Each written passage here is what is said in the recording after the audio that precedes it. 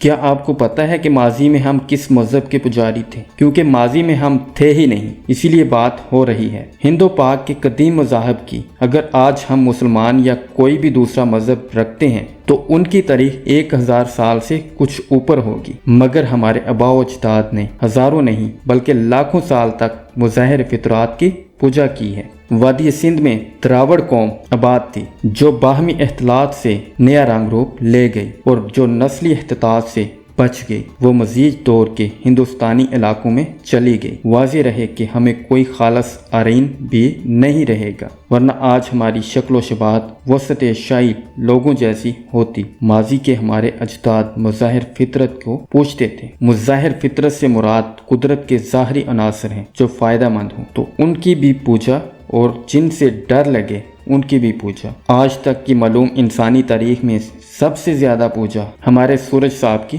ہوئی، کیونکہ یہ روشنی اور حرارت دیتا ہے کہ جس سے زندگی کا نظام چلتا ہے۔ افسوس کہ سورج آگ کا انگارہ ہی نکلا۔ پھر دھرتی کی پوجا ہوئی جو نفع بخش تھی، تو دھرتی ماں کہلاتی، کیونکہ اس کی کوکھ سے بھی پودا نکلتا ہے جو گندم زندگی دیتا ہے۔ اس سے قبل انسان شکاری زندگی جیتا تھا اور فصلیں ہونے کا راز دریافت ہوا تو مادری معاشرہ وجود میں آیا۔ زور سے بجلی کھڑکی تو بھی انسان آسمان کی طاقت کے آگے سربسجود ہو گیا۔ جب رات کے گھپ اندھیرے میں چاند کی روشنی ہوئی تو بھی چندرما سمجھا جانے لگا۔ سورج کے انسان کو پتہ نہیں تھا کہ بچے پیدا کرنے میں مرد کا بھی آدھا حصہ ہوتا ہے، تو عورت کو زیادہ اہمیت تھی جو قبیلے کے انفرادی طاقت بڑھا دیتی تھی۔ شروع میں عورت کا بچہ پیدا کرنا اور دھرتی سے پودا نکلنا ایک سا سمجھا جاتا تھا۔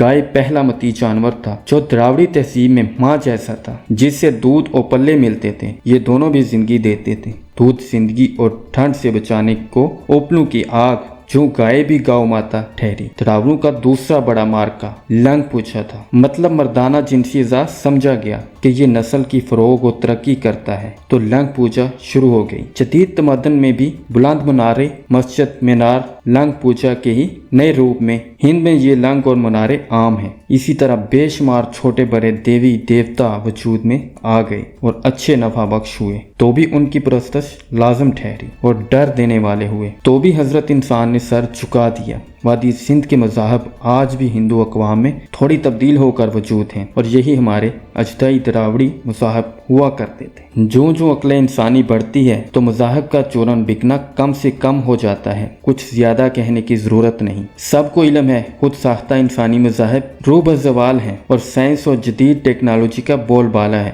ماضی کو جانے اور حال میں رہیں، اور وہ بھی زندہ قوموں کی طرح کے کوئی جرم نہیں۔